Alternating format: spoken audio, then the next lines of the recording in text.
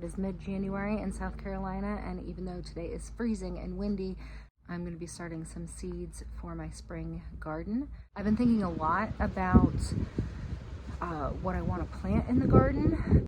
When I first started gardening and I first realized that you could grow all the things, that's exactly what I tried to do. I tried to grow all of the things, and it got overwhelming and I didn't do well with it. And then a lot of the stuff we just didn't eat. So this year I'm going to really focus in on what we do eat. For example, we do eat cabbage, but we only eat maybe 2 to 3 cabbage a year for special things that I like to make, and that's it. So this year, instead of planting 12 cabbage that are just going to go to waste and I don't have time to keep up with, I am just going to focus on a smaller amount of cabbage and just do a better job with them. I would love to incorporate more cabbage into our diets, but again, when I get the garden so big and overblown, I end up spending so much time out there that I don't even have as much time to cook the meals that I want to cook. Some days I'll come in from working in the garden and we'll order pizza because I'm just exhausted, and that just doesn't make any sense at all. So this year we're going to focus on what we're going to use, what we're going to grow. We're going to downsize it a little bit that way, and hopefully just have better success. Today we're going to be focusing on broccoli, cabbage, arugula, lettuce, and then there are going to be some other cool weather vegetables that I'm going to grow as well. I just can't think of them off the top of my head. But all those cool weather vegetables, we're going to get those in the dirt. I have heat pads to get them started and some lights inside. I do all that in my basement because that's where I have space for it, and get those going. And then in about 4 weeks or so, I'll go ahead and start the tomatoes and peppers. So that is the plan for the day. Here's all of my garden stuff. It's a mess, but that's what works for us, I guess. Last year we went to the place that we get our potting soil from. It's just the local farm around here, and they were out of the potting soil that we normally get, so we went to Walmart and got some cheap potting soil, and my plants sprouted, and then they stayed teeny tiny until I started fertilizing them like a couple of weeks later, and it was a huge pain. So anyways, this year we made sure that we got this early so that we could have good potting soil, and hopefully that will make the difference this year. So just keep in mind that what you use makes a big difference for your plants, the soil and the potting soil that you use. So this is organic from a local farm that we go to on a regular basis to get our milk and some other things each week. So we like to use the potting soil they have there. They also have other fertilizers, cow manure, chicken manure, stuff like that. Okay, so this is what I am going to be planting. I have Swiss chard mustard greens. I'm not actually crazy about eating mustard greens. I do like them a little bit, but they have been really good for pest control because a lot of the cabbage worms will come over to the mustard greens and then leave my other stuff alone. So I've been planting those every year as kind of like a natural pest control. Bok choy, I have some lettuce, red lettuce there. This is lettuce that I've saved seeds from. Arugula, red cabbage, regular cabbage, Brussels sprouts, broccoli, cauliflower, and then some herbs. I'm not very good at doing less. This is how I'm trying to do less. But I'm not planting carrots and I'm not planting onions because those don't do well for me at all.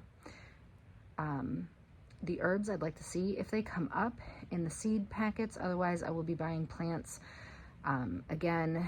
And some of the stuff I'm just going to plant less of. But yeah, I'm not very good at doing less. It's a problem. You can see how this tray is not doing that as much. There's not as much dry stuff sitting up on top. That was because it was more towards the middle of the bag. And it was a little bit more damp and not quite as dry.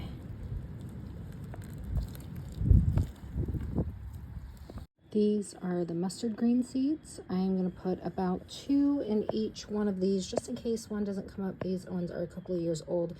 Cover with a little bit more potting soil and then spray them with some more water. I don't want to dump any more water on them because it'll move the soil around too much, and I don't want to displace the seeds.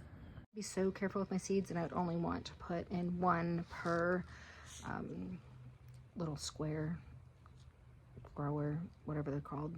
But then I heard somebody say that seeds cost less in time, and I realized that if my seeds don't come up for some reason, or I only have a few come up, so now I just go ahead and plant more seeds. And also, look how many seeds are in there. I've been planting these for several years and I still have that many seeds. Time to stop being cheap and just put a couple of more seeds in. I've been doing this for the last couple of years and it works really good. I'll thin them out later if more than one pop up in each little plant square.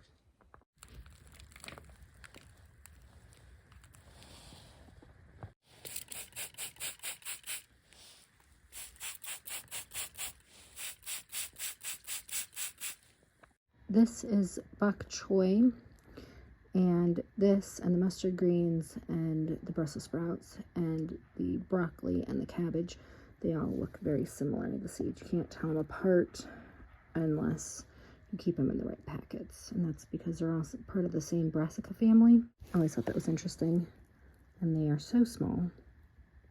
These are lettuce seeds. I actually harvested them myself. When the lettuce flowers, it will get little pods like that, and the seeds are in there, and then you can just shake them out and they look like this. They're very lightweight, so if you buy them by weight, you hardly need anything. The smallest amount will give you a lot. And then each one of those little seeds will turn into a new lettuce plant. So this is arugula, and I love it because it can survive a pretty cold frost, and you can put it in salads, and it just gives a little bit more of a different flavor than just lettuce. It's a little bit peppery, but I just love it because it's just so easy to grow. This is kale. I also harvested these seeds myself. I really like kale because it's super easy to grow, and you can actually grow it for more than 1 year. I've left some out in the garden and it's still growing. It slows down a little bit in the winter and sometimes when it gets really hot in the summer, but it's not crazy about some of the extreme temperatures, the really hot or the really cold. However, it can make it for more than one season. So that is part of the reason I like kale. And I also like to put it in salads for something different. Or we also dehydrate it and make a green blend that I put into soups and smoothies and different things like that. I'm almost out of seeds. I'm gonna have to save some more this year. So I'm gonna try cilantro one more time. It never comes up for me, but I did have a little bit more space, so I figured I'd just try and see. So I guess we'll find out in about a week. These oregano seeds are so tiny. I've never had luck with them either, but again, a little bit of space, so I thought I'd try a few. It has been about 12 days since I started my seeds, and I'm going to show you where we're at and what I'm going to do next. Most of my plants have sprouted, so I have taken the heat pads out from under them, except for this one here. That one still has a heat pad because it hasn't sprouted yet. Everything's looking pretty good. I have to thin these out where it is one plant to each thing. These are my herbs. A lot of the seeds were really old, so I'm not sure if they're going to sprout or not anyways. This one that does have a couple plants is kale, and it's doing okay. So I have these under or on top of heat pads like this. Technically you're not supposed to have the heat pad on and the light, but I don't usually listen. It just says because it can dry it out faster, so I've been making sure I water it. But everything else is looking really good.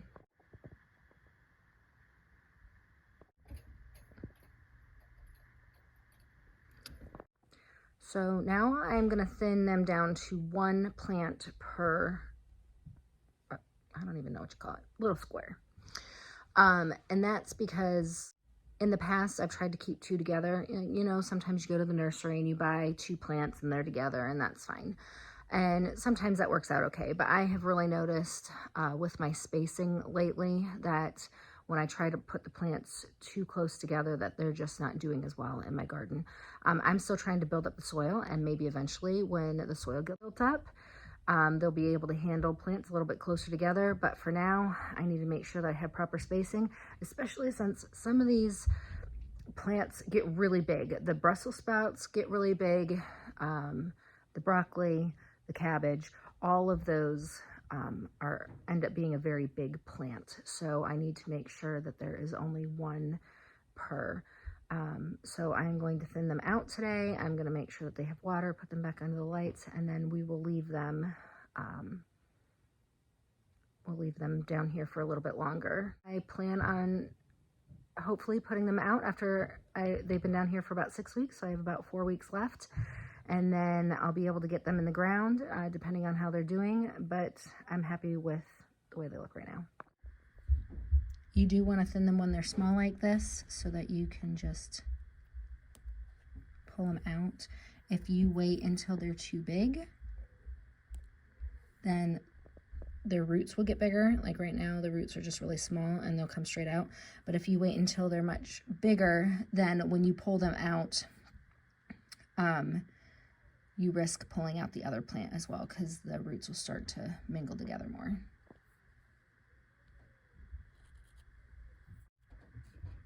This one's really leggy. I didn't get the lights on them as soon as I wanted, so some of them got really tall and leggy, so I'm actually just going to keep the shorter ones in. Because this is the only one in here, so I'll leave it. But just looking for the best looking ones to leave in.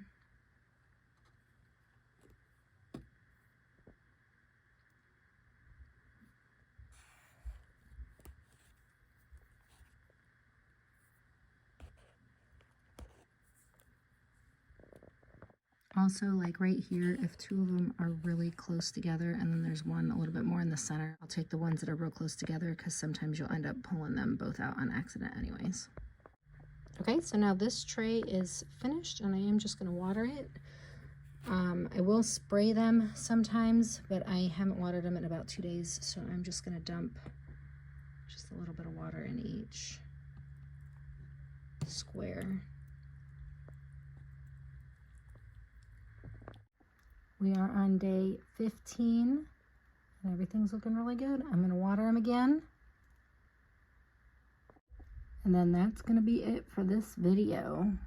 Check back later and I will do an update. I am going to be transplanting these into bigger potters and then planting my tomato plants.